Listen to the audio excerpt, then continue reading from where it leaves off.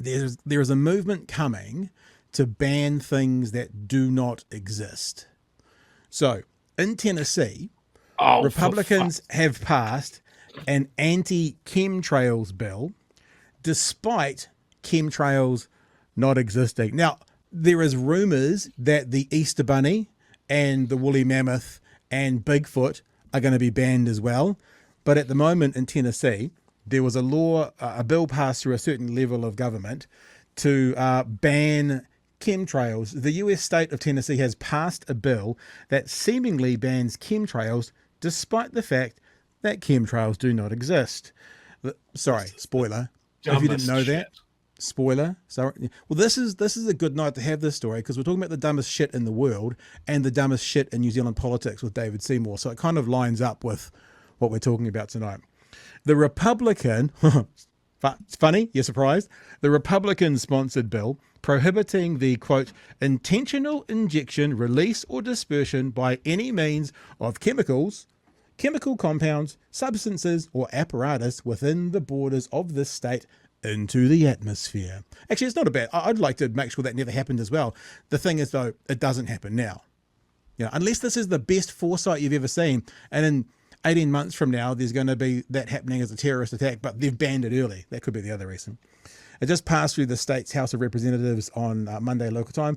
It had already passed in the Senate and will now be considered by the state's Republican governor, Bill Lee. If he signs it, it will go into effect on January the 1st. So, Tennesseans, if you're in the industry of chemtrailing, you're pro chemtrails, you like supply the chemicals that they use for the chemtrails, you need to get together now and fight this, because if you don't, on July the 1st, your livelihoods could be under threat, Chewy.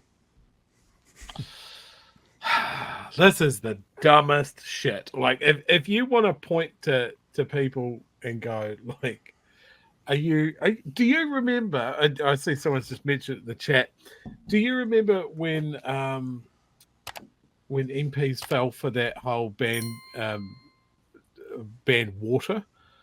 No. Like the chemical composition of water. Someone was circulating a bill.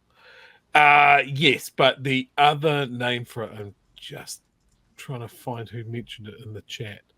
Dihydrogen monoxide is another name for water. And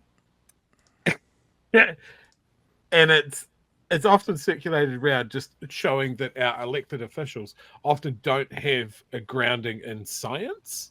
So let me read it. Otago MP Jackie Dean felt like a bit of a wally yesterday after it was revealed she tried to ban North Otago's most precious commodity, water. Mrs. Dean has confirmed she was caught in a hoax.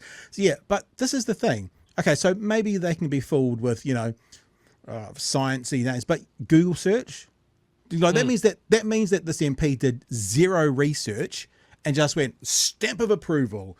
Was caught in a hoax by an online blogger asking her for help in banning dihydrogen monoxide, which it turns out is the chemical name for ordinary H2O. Yeah, so actually the more concerning thing about that is Jackie Dean would go, yep, I'll support that. What is it? I'll support it. That's the more concerning thing. Yeah, and it just, like, as you said, like, Google it. I can ask a science advisor. Yeah. Call up a high school chemistry teacher. It's not much.